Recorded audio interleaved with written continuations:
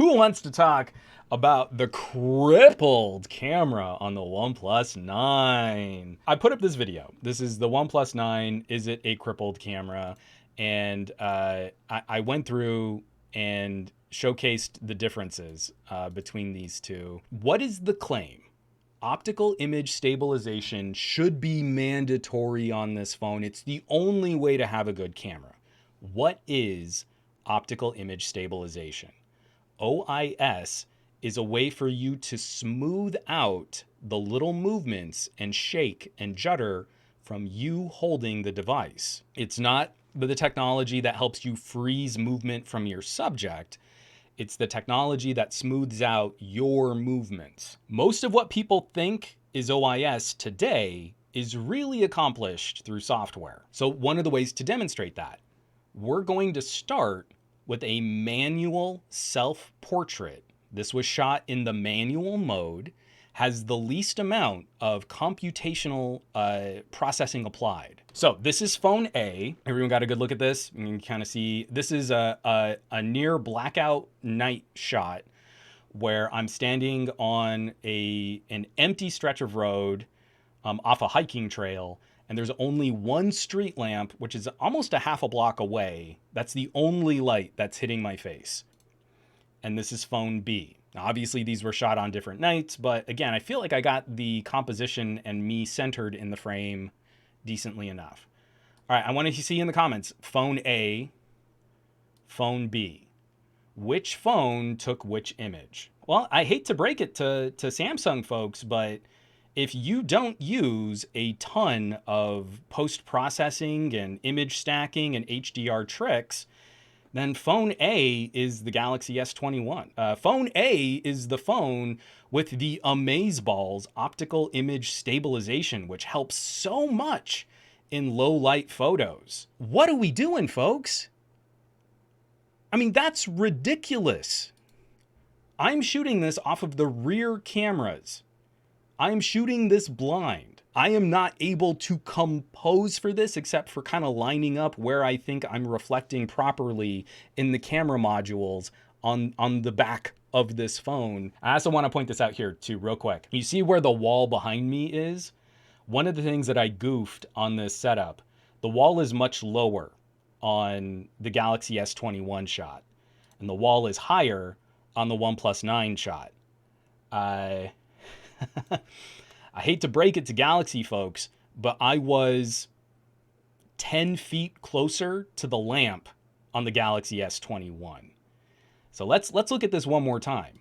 With optical image stabilization and closer to the light source versus no optical image stabilization and farther away from the light source. Come on! Now, some walking video in really low light at 60 frames per second. So at 60 frames per second, that means our frame rate and our shutter speed are cut in half over the amount of light that we can get at 30 frames per second. Now remember, OIS is about smoothing out your hand movements, but is OIS really the driving factor in video stabilization? So let's take a look. This is phone A. Haha, I muted it. Here's phone A. Just gonna let this play for a bit. I'm walking down the street. La la la la la la la. Actually, if you've been following my camera reviews, you should have a pretty good idea what phone that was. Because there is a certain type of optical defect in the lens that you can see on one manufacturer that should be very clear. Not the digital judder effect, but the optical effect. And now, here's phone B.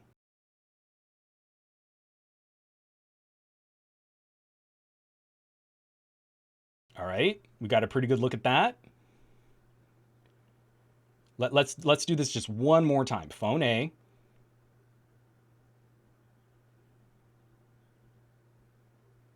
And now phone B. But wait a minute.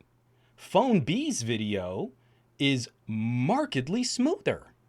But we can't have markedly smoother video on a phone without OIS, right? Now, obviously, again, if you're following my commentary, phone B is the OnePlus. Now, if you were really paying attention to my camera commentary, what you'll also see is look at how the street lamps wiggle in the reflections internally. The Samsung lens is really bad about internal reflections bouncing around inside your shot. So I gotta say, I mean, like, the Galaxy S21 is really doing a pretty good job of smoothing out my footfalls. Night video like that is very difficult. And you can see as the street lamps and the headlights in the cars are reflecting around in the frame, how much they're wiggling around. I'm giving people seizures by doing this with my hands right now. That's pretty good. You can see how much smoother the frame is compared to the wiggles of the street lamps. OnePlus's lens is better. The OnePlus 9 uses a better lens. As I'm walking through, where are the street lamp reflections? They aren't there. You cannot see the internal reflection of the street lamp bouncing around inside the frame. It just doesn't exist. The video is brighter, is more detailed, is smoother, and that's all because of the advantages of using a larger sensor over a smaller sensor with OIS. So let's get back to some images again. Moving on to setup number 3. Now this is a night mode shot. So both phones have the ability to overscan and brighten up an ultra dark image. If you've ever seen any of my camera deep dives, the setup that I'm showing you here is, again, it's lit by one really small street lamp. It's a very dark scene. I mean, you can barely see these trees in the viewfinder if you're shooting a regular photo. So the night mode performance here is impressive from both. Let me get back into the slideshow. So this is phone A, and this is phone B. Let me go back and forth. Phone A, phone B, and then I'll leave it on the side by side as you tell me which phone you thought was from which photo you thought was from each phone. I think A is the better shot.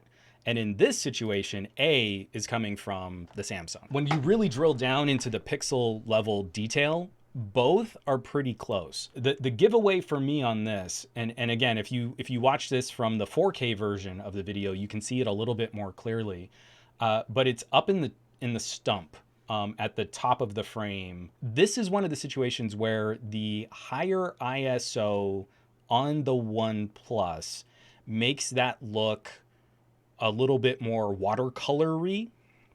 So I actually feel OnePlus loses in this showdown because they're trying too hard to make the image brighter than it needs to be. What I think is kind of interesting is that capture took almost 7 seconds on the Galaxy S21.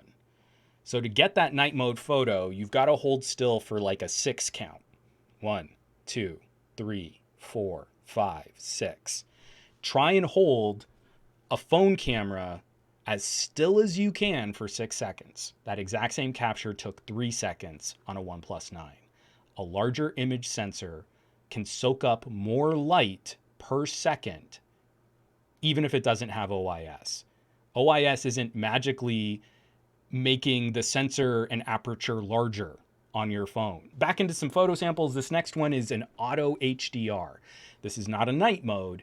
This is letting the camera decide in your main auto what it should do. And if you were paying attention during the video segment, you should be able to immediately see which phone shot which image. Back into the slideshow. So here is phone A, and here is phone B. Once again, phone A, phone B, and now I'll go to side by side while I take a drink of water and check my posture like Pakistan and Aditya Anil are asking me to. All right? Simon says, Hypno, the lens flare is making me rethink this. OnePlus has a better lens. Every lens has some compromises. We have these larger smartphone camera sensors. We've got these super wide apertures that we can't control. We can't stop down a smartphone camera. So all of them have some issues with fringing and flaring, the rainbow streaks that you'll see in some nighttime photos. Every single lens has an issue. But the one critical advantage of a OnePlus over a Galaxy is internal reflections. Samsung's look super distracting as every light that's in a nighttime scene hits the lens, bounces around inside the lens, and then ends up as another pinpoint light source in your frame. So when we look at this, you can see this soft kind of glow on the left, but you see this hard-edged, super defined, immediate ghost reflection on the right. So if you're paying attention to all of the qualities of photography, not just what gives me the best colors, then photographically speaking, OnePlus is starting with a more distinct photography advantage in lower light conditions. I understand why someone might like the shot from the Galaxy S21 better. That's not my bag. I really do feel aesthetically, OnePlus has delivered the better overall shot, auto mode to auto mode. Like, it's close. It's really close. And like I said, I can understand why someone might like the Samsung better. Aesthetically, computationally, and photographically, the OnePlus image to me is superior. Dave Burns, the Galaxy captured a spooky ghost orb, 10/10 for ghost hunting. Last one. Oh, we're getting to the end here, folks. So this is the one that I goofed the most on. This image of a lock is shot nowhere near any lamps. Again, it's kind of like that tree shot where if I could show you the viewfinder, the lock is barely visible through the viewfinder of the camera. And so this is a night mode shot. This is another long exposure plus image stacking overscan to try and make something in near blackout conditions as bright as you can make it. This is phone A, and I had it angled too low. And this is phone B, and I feel like this is the better composition. But again, what we're looking at, I'm focusing on the M in the master lock. Phone A, phone B. Phone A, phone B, and then side by side. So obviously the composition is better on phone B, but what we're looking is the exposure for focusing on the M in the master lock. Which phone took which image? Paul Pori is saying, I feel like I'm testing my new glasses. Which one's better? A or B? A or B. The setup as we're seeing it right now, the higher composition looking at more of the street behind it is the OnePlus. So the OnePlus is on the left and the Galaxy is on the right. We're so close here, and I'm talking about like the most obnoxious kind of pixel peeping, but the lines in the lock are just ever so slightly clearer on the OnePlus. If you look at the little bright splotch that's around the chain link shadows on the Galaxy, it looks smearier and does not maintain the horizontal lines of the lock. If there was any opportunity to show where optical image stabilization could make an advantage, it could display a clear advantage over a phone without OIS, it's in test shots like these. I feel like I've done my due diligence. So in this showdown right here, there's not an easy winner. I prefer the OnePlus 9 for the larger image sensor. It gives me a little bit more room and range to work with light, but it will arrive with a grainier output.